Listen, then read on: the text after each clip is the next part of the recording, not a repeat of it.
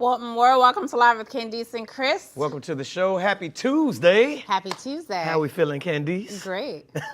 Well, you look great. How you feel? Thank you. Yo, I started to text you last night. I finally made it through Mea Culpa. I finally finished the movie last night. Yeah, nah. I started to text you, but I was like, it's too late to text you, buddy. I had to tell you. I finally made it through the movie last night. Yeah, Tyler. Like I said, I support Kelly all the way. I want to see her get a lot more opportunities in this, but I think Tyler could have gave her more than 10 sentences. And every time I watched her, I thought about you saying she had 5 lines. Shut up about 10 sentences in the whole show. It was like start, stop, start, stop, start. I was like, is she gonna say something else? Yeah, I thought about that the whole time I was watching. Why is there a black woman at a table with a white woman telling her off and she not saying nothing? And she not saying nothing. Yeah, it was. It made me angry. Actually, I was really upset. Like I was pissed off. Those scenes pissed me off. Yeah, the mother-in-law definitely was pissing me off too. Like that is just not natural. It's so that part was just it lost me completely. Yeah. And the paint scene. I saw the paint scene. You saw the paint scene. Y'all know the scene we talked about. Her husband saw the paint scene. I'm sure he did. Okay. It was pretty intense. She's you know what? She's probably fully clothed. She probably had on a bodysuit, but you know. The image is there. The image. Her husband, I give him props. I think his name is Tim. He is a secure man. You have to be a very secure man to let your wife film a scene like that. You got me, but I'm glad you finally got through it. He said it like that. Why you say it like it's a dentist appointment? Because you fell asleep. I did fall asleep on it the first time. You fell asleep. Yeah. The one that I need you to watch is the Love, Looking for Love. Spectrum. Love on the Spectrum. That's the next one I'm going to watch. Love on the Spectrum. Yeah. Please watch that. I implore everybody. You will learn so much. Yeah. About kids and adults on the spectrum and how they find love. Right. It is. I just feel it's such a beautiful documentary. Yeah. That's next up on my to-watch list this weekend. So I'll tell you all how it is. Okay. All right. Look, I got the little tips. I got the tips. Yeah. I got the tips. But we got a great show for you ahead of time. You know what? I'm so glad that Danny Adams is here with us. I'll say this off the top. You know, she's all for body positivity, and I need that because let me tell you something. One of the rude guests out there had the nerve to call me Big Ange. Oh, they what? They called me Big Ange yesterday. Like, what? I know I gained a little weight, but goodness gracious. You don't look like Big Ange. What? It's probably what you call it, a troll, a bot. That's what I'm trying. It probably was a bot. Well, we're going to answer this bot today. You know I'm ready to choose violence in the comments. You point them out and I'll cuss them out. I ain't scared to cuss people out in the comments. That person said I look like Big Ange. I was like, that's why you don't read the comments. I got you, Kat. You show me who it is. I got you. I ain't scared to choose violence in the comment section. I got you. But we got to start with this show, guys. Let's start with the breakdown. So here it is. CNN has to pay Don Lemon $24.5 million, finishing out his contract for firing him at, and I think what is an unjust cause. Remember, he left one talk show and then started the other talk show with the women. And just because he referenced Nikki Haley, who is, you know, running for president, that she is beyond her prime. She's 51 years old. Of course, he didn't mean it in that type of way, but executives decided he did, and they fired him, which was unlawful. It was wrong. They shouldn't have done that. But guess what? He's jumping back with that $24.5 million. The rest of his extended 3.5 years of his contract. But you can look out for him because he's going to be on Elon Musk's platform with his own show, the Don Lemon Show, where he won't be censored, he won't be held back, he'll be free to express himself completely. I'm going to be looking out for that. That's how you close out Black History Month, Don. I'm going to be looking out for that. And you know what? Since he left, CNN's ratings have dropped too. Oh, him and Chris Cuomo. They were the reason I watched him and Chris Cuomo. Significantly. And the thing is, I guess I could kind of see how they would view his comments as ageist. I guess that's the right word for what he said about Nikki Haley. But Nikki Haley was referencing President Biden when she said that she felt that they should make presidential candidates take a mental assessment test. So she was being ageist, but when he says, well, she's not even in her prime, now he gets fired. Wait a minute. So he shouldn't have been fired at all. At all, no. Because that is, regardless if it's right or not, that's how he feels.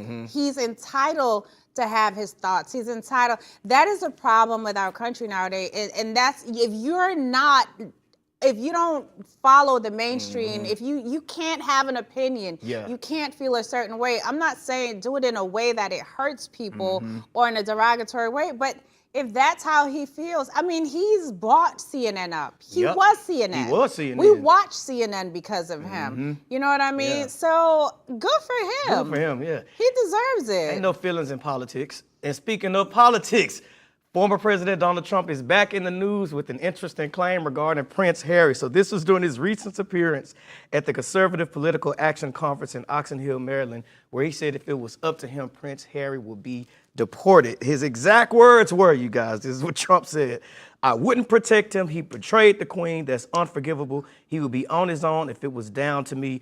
President Joe Biden's administration has been too gracious to Harry after what he has done," in reference to Prince Harry stepping down from his role in the royal family. Leave Prince Harry alone, y'all. But hold on, but I think it might be something up with his visa, though, for real, because he has been here for a long time and hasn't applied. Can we deport Donald Trump? We just won't know where to send him to, but can we deport him out the country? Of all the things to talk about. First of all, you're not defending the Queen. Man, the Queen never even liked Donald Trump. The Queen didn't like anybody. Second of all, this is a family. This has absolutely nothing to do with this man whatsoever. You keep on pulling at straws. Yeah. And I don't understand why. Now you're after the Prince. For what? For what? For nothing. I believe at this point, Trump is trolling everybody. He knows how to keep his name in the headlines by making outlandish claims like this one, but I feel like it's bigger fish to fry than Prince Harry's immigration status. I think that's so silly.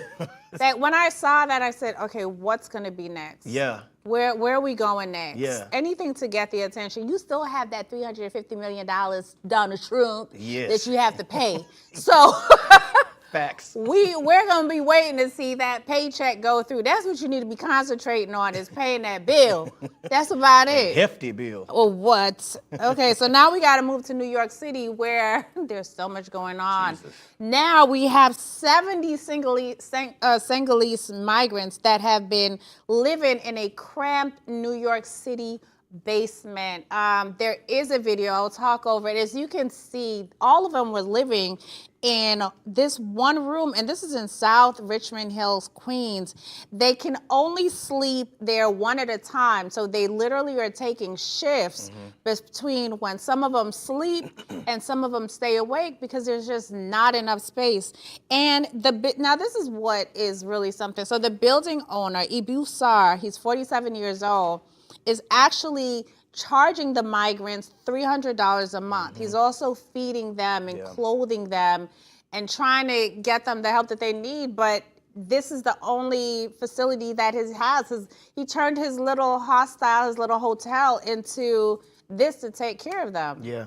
And in this place, there's no ventilation, no natural light, and illegal plumbing. So it's it's like it's the worst, the worst living conditions. But this is what's happening with our immigration. And I do agree with the right wing that we have to tighten up with illegal immigrants coming into the country, because this is what's going to happen. And New York's crime rate is already, and it's only going to get worse. You put people with no education, no English, no job in New York City. How are they supposed to survive? You know what? The border control it's really a big issue. But I still say that the U.S. is a rich enough country.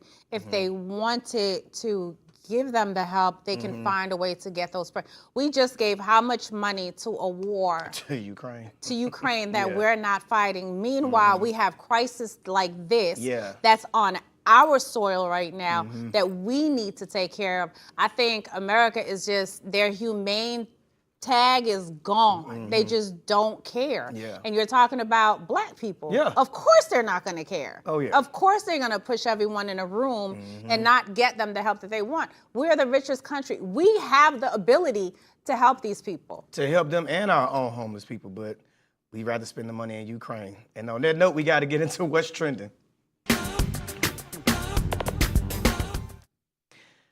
So Sean Diddy Combs, hip-hop mogul, is hit with another lawsuit, this time by a male employee, for $30 million.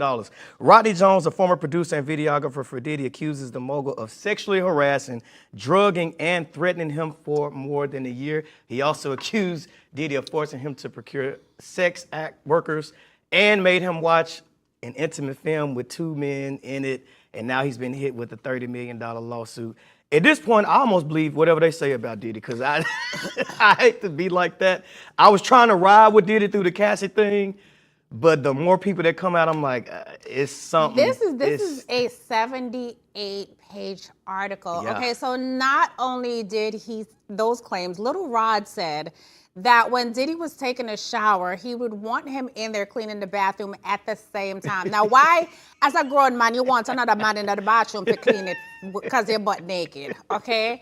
And then at the time I'm clean the bathroom, you want to push up your little wee-wee on the man. So that is abuse. Yeah. Okay, that is sexual abuse. Yeah.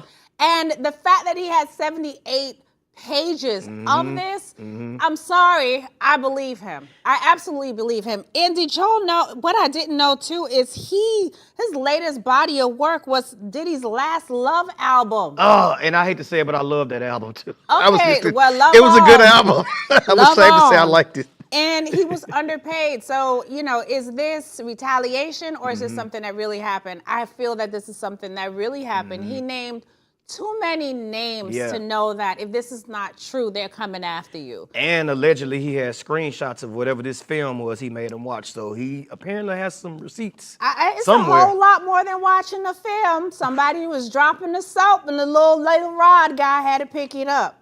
But we gotta take a break. We'll be right back with so much more after this. One word. Hey, man. It's time for show. Let's go. Come on. Hey. It's time for show.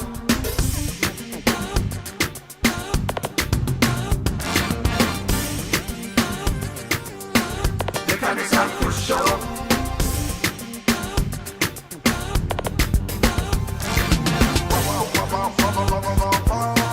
It's time for show. Hey, man. It's time for show. Let's go. Come on. Hey.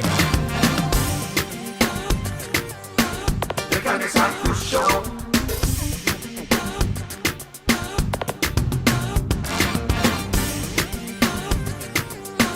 It's time for show.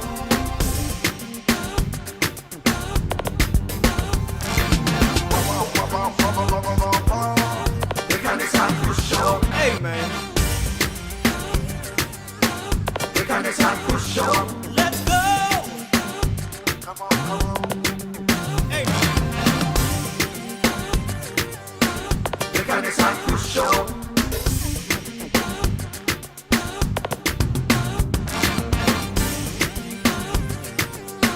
It's time for show.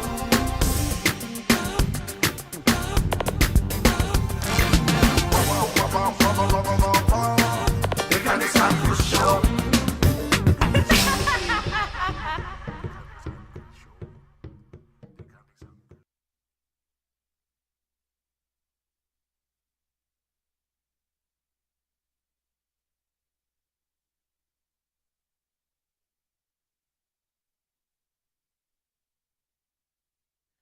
Welcome back to the show. You're just in time for Unfiltered. So today's guest is a writer, activist, body image coach, and speaker. Please welcome to our show, Danny I'm a Pound Cake Adams. Danny.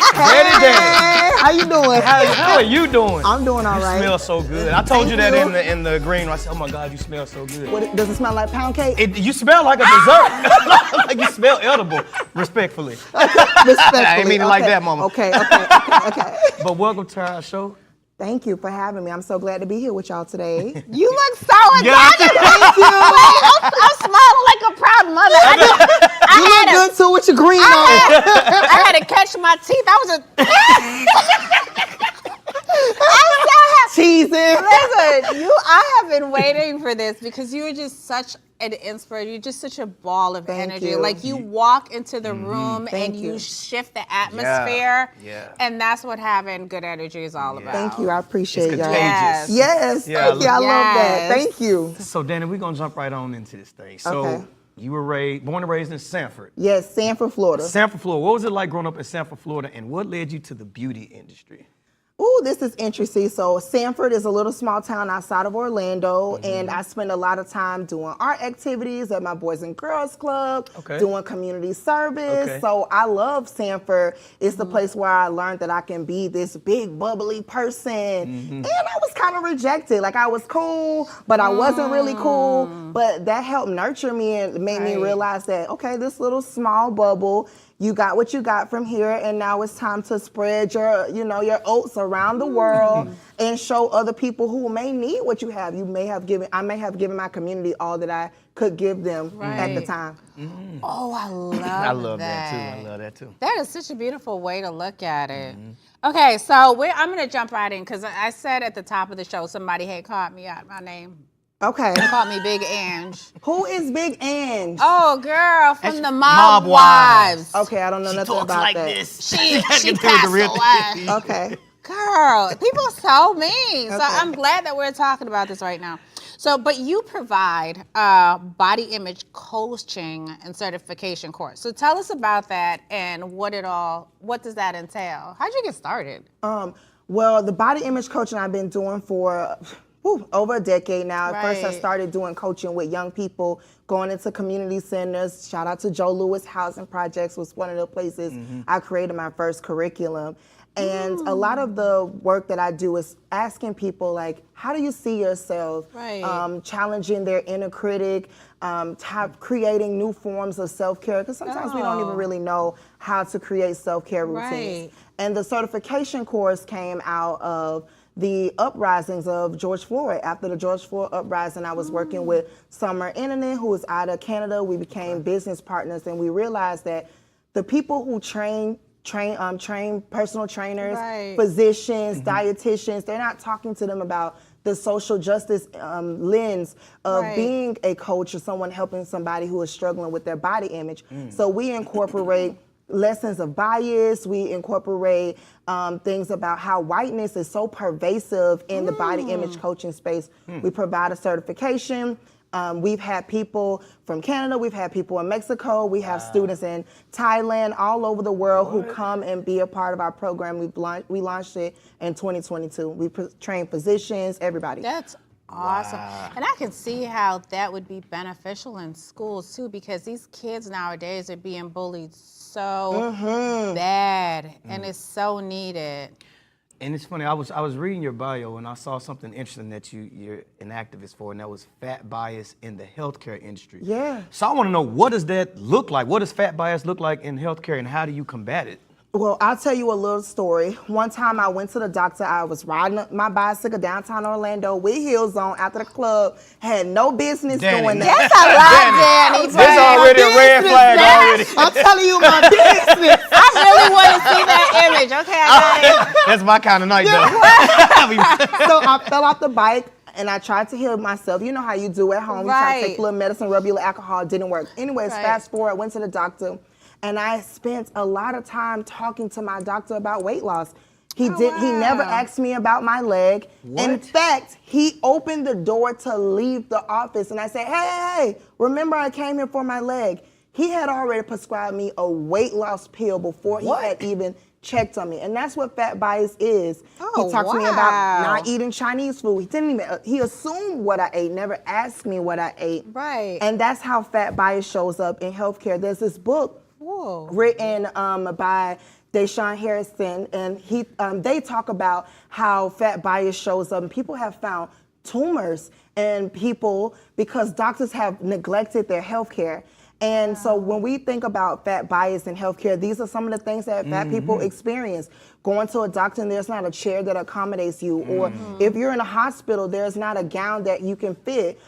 All those kind of things are weight bias. If we're here to treat all people of no matter size, ability, gender, we have to make sure there is accommodations for them in the medical system. So I know that you partnered with physicians to fight this. How did y'all do this? Was it speaking out or? Yeah, speaking out mostly during COVID time, because there was a lot of different things. People were like, who's gonna die first? Who needs this COVID first? And how do we talk to people? There was a lot of fear already from people who are high weight. They feel sometimes they don't wanna go to the doctor. They're afraid they're gonna experience discrimination. So I work with physicians to try to bring people who are high weight and connect them to physicians to make sure, and programs that were helping giving out COVID tests, and also giving vaccines for COVID. I also work with the Florida Health Department through Miss Venice White, who is a public health professional, and we incorporated giving food out to the community, and my role is talking to people and empowering them, and also giving self-care supplies. So that are some of the unique ways. I can go on and on and on. You know, board member of the Picnic Project, making sure food is distributed across the community. I think that we separate weight and people having access to food. And I'll close with this. Something that Fannie Lou Hamer once said is like, all fat people are not well fed, and we assume that because someone is large, they even have access to food. Wow. And not only that, it's in the DNA too. I remember speaking about this a while back, like people just automatically, and I could see how healthcare would be a problem, because you'd go in and people just assume, okay, well, this person is just eating unhealthy, they don't care, and that's not the case. Yeah. So that's really good. So how do you handle in your own life, right? So you're teaching everyone body positivity, but how do you handle that criticism and judgment within your own body image? How do you handle that personally? Well, I drink my water and mind my business. No, but honestly, you know, I create self-care routines. Being online, everyone, you just said people were critiquing you online. I get critiqued online as a social media influencer. Sometimes I may read the comments, sometimes I don't read the comments. I shut social media off. I have a strong support system. I check in with my friends. I think that sometimes we can get overwhelmed by the naysayers because we don't create an environment that reinforces our worth and our value. And that's my form of protecting myself from the judgment and criticism. So what would you say to someone that's struggling right now with that societal pressure? I know this is a cliche, but everybody is struggling with something. We feel like we're alone. Come on now, because let's talk about the men getting those 6 packs and making themselves 6 foot. Come on. This is a real thing. Everybody is impacted by it. Men struggle with it too. We don't talk about it as much as women do, but men struggle with the weight. And when they struggle, it's the worst. Yeah, and women have to receive all the heat for whatever men's struggling with. Talk about it. Hold on, Daddy, don't do us like that. Daddy, don't do I us. can't read you, honey. Because they handle it very differently than when we're going through it. I think it's men have less support. No. For it. Y'all have more support forums, more. It could be. It's kind of taboo for being, oh, bro, I'm feeling a little overweight. It's like, bro, what you know what I mean? Y'all will just go with overweight. At least we'll shop for the weight. Y'all will just let the shirt roll up and be the first ones to talk about somebody online. Okay, exactly. But I think that we have to silence our inner critic, turn those negative voices into something else. And I'm really big on my environment. My entire living space reinforces who I am through the artwork, through keeping my home clean. Because sometimes when your environment is not clean, you start attaching that to your self-worth. I'm too OC. I cannot. I can't. In my house, I have to see every corner. I don't like clutter. Everything has a space. I like it to be fluid. I like the Holy Spirit. You gotta be able to move. My house reflects how my life is going. You can tell how my life is going by how my place look. You gotta move. So we're gonna switch gears a little bit. Okay. You know, there's so much going on with Diddy. Give it to me, because I know. What is your thoughts At this on all point, that? it's time for Diddy to take some accountability. Yep. Yes. Because we can't move past it because you haven't said I did. I mean, everybody, like the old folks, so everybody ain't telling saying lying on you. now. Everybody, yeah. Everybody ain't lying. Somebody is just, why they keep Yes. saying Saying your you. name, you know Uh-huh. what I mean? And at some point, you have to say, I own this. I want to redeem myself. I want Right. to change. And we haven't gotten that. And it's very disappointing. Your wealth is not Black excellence. Black excellence is saying, I am sorry. I need help. Right. And this is the way that I am going to help the victims that I've hurt. I think he need to call TD Jakes. No, that whole Now you good. leave my bishop out of Swallow. this. Now leave my Wait, bishop. swallow. That's my bishop. I didn't say, no, stop it. I didn't say for a party. It ain't me, okay? TD. I said call TD Jakes and let him come and minister to the man. Let me tell you something. TD Jakes live at God's back door. You said he what? Him live at God's back door. He live at God's back door. Yeah, him and God is cool. They brothers, okay? He need help. He need that kind of help. I think Diddy is so lost right now with everything that he's dealing with. This is the time for him to really drop on his face and cry out, because it's going to be so much more. It's catching up. Yeah. It's catching up. It's unfolding right before our eyes. Yeah. And we haven't seen the end of it. I think he's been battling those demons for years, and they just finally all came out at one time. They're going to keep on battling because we're going to keep on talking about them. But thank you for being on the show. Thank you so thank you, much for Daddy. having You are me. so sweet, guys. That's our show for today. Goes so fast, but we'll be back Same tomorrow. time, same place. See you guys.